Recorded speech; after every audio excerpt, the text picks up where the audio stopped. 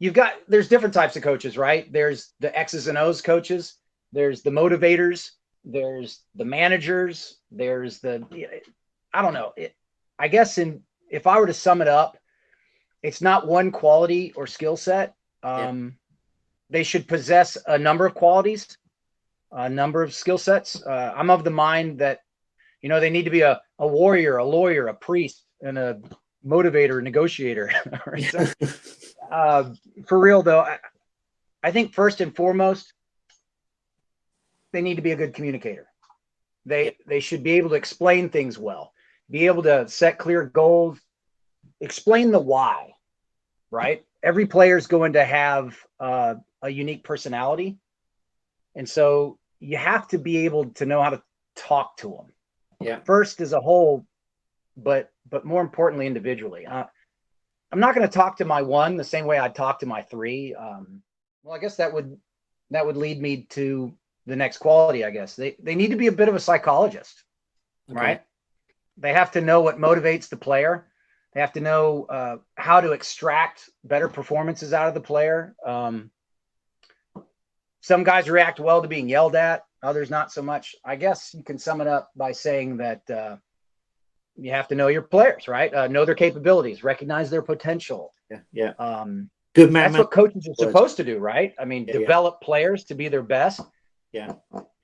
I don't see having much success on that front if you don't have some sort of bond with the players, right? And you have to have a knowledge of the game, right? Tactical and strategic thinking. You can't just hand someone a clipboard and say, "Here you go, man. You look smart. Coach us." We know that's not true because I don't look smart at all. They need to understand. They need to understand the flow of the game, right? They need to understand strengths and weaknesses of the team. So yeah, I guess a guy who's accountable, holds his players to a high standard, good communicator, tactical and strategic thinker, knows his players. If anyone is really interested in those kind of specifics, you can go to zenandtheartofpaintball.com, all one word, zenandtheartofpaintball.com, and you can search the following. What's your shelf life? That's the name of the one I wrote about this sort of thing. And then the other one is called, Bet Your Assessment. So check those two out and you'll get a better in-depth idea of how I do it. But I think what makes a good coach, someone who can help the players grow and be their best. I believe in performance-based training versus outcome-based training. So the difference between the two is a little nuanced, but let me see if I can explain it. Outcome-based training is, did you succeed? Right? Hey, go snap on that target 10 times in a row. Did you hit it 10 times in a row? No? Okay, keep doing it until you hit it 10 times in a row. That's outcome, right? Yeah. Anyone can sit there and say, go snap that target. Come back to me when you can hit it regularly. That's not what we do. Performance-based training is based off how well we do at that moment. Yeah. Here's how I want you to shoot the target: elbow in, steady platform, good grip, bunker awareness, be a small target, no overexposure, and as we do this, let's see how well we hit the target. Then we'll build upon that and we'll emphasize, the performance, that moment, that day. Yeah. So we'll set goals at the beginning of each practice. And I think that's key. Otherwise, I wouldn't harp on it all the time. But for instance, one weekend we worked on nothing but communication. It was an off layout weekend. We did our circuits, we did all stuff, but then we went right into communication. Yeah. The focus was to create a better, more efficient way to communicate on the field, right? We've got to get large amounts of data in a small amount of time to each other and quickly so that we can assess. We essentially learned that we needed to develop better codes. So we created more efficiency. We got a whole code book now. Everybody had to learn. We're like, hey, we're pro now. We better act like it. So that sort of thing is important. So we will run points, but we always start with a goal and then try to move towards that end. that's an off layout practice. Layout weekends, well, that's a lot more focused, less broad. We'll start with a pretty in-depth field walk. I'm talking, we'll walk that field for an hour, hour and a half. And we do that as a team, as a whole team, walking together from each bunker to bunker, every team member from bunker to bunker. It's like this horde, going around the field.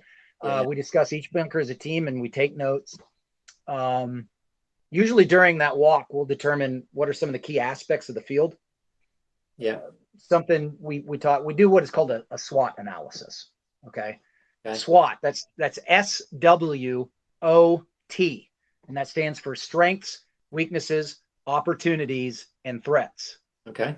Interesting. So this will determine, when you do that for each bunker, this will usually determine where we'll start drilling and what we'll start drilling. Like the first day of a layout practice is drills, usually meant to, we'll try and determine high and low probability bunkers, risk reward type stuff. So laning is important. We usually start that drill first.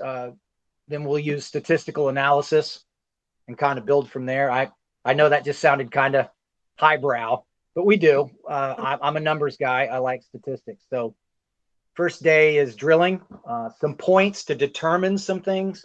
That night we'll develop the place further, bang some points the next day, determine what's working, what isn't working. How does the layout and a player's strengths line up? I don't completely subscribe to the concept of snake player, Dorito player, center player, back player. I don't. Do I believe in specialists? Yes, but I believe in developing players as a whole, right? That's why I don't say my snake player or my Dorito player. I say I use numbers. I use my 1, my 2, my 3. I want my guys to be able to play anywhere. So, because that's really what layout practices are, is I've got to adapt my team's style or that individual player's style, and I've got to leverage them in ways that gives us the most advantage on the layout. I mean, I made a joke a couple of months ago. I said, every layout that comes out gives me a new team. And I don't know if that makes sense. Yeah, it does. My players all have strengths, right? Yeah. And every time a different layout comes out, well, I've got to leverage those strengths differently. Well, I'm paying attention to 3 things, right? I'm paying attention to attitude, physicality, and performance. Right? Why is a powerful question in paintball? Why are they choosing this bunker at that moment? Why did you make that read? Why did you come off or switch from that priority? In order to understand a player's thought process, you have to ask why. And their answer is usually going to lead me to an understanding of where their mind's at, right? I think that's important, but I'm all about processing speed. Your brain's a computer, okay? Some have really fast computers. I think that's the biggest difference between the divisions, processing speed. Yeah, for sure. How fast can we take in information with our own eyes and data from our teammates and to decide what to do with it, how to respond or rather act on that data. This is the weapon, not the gun.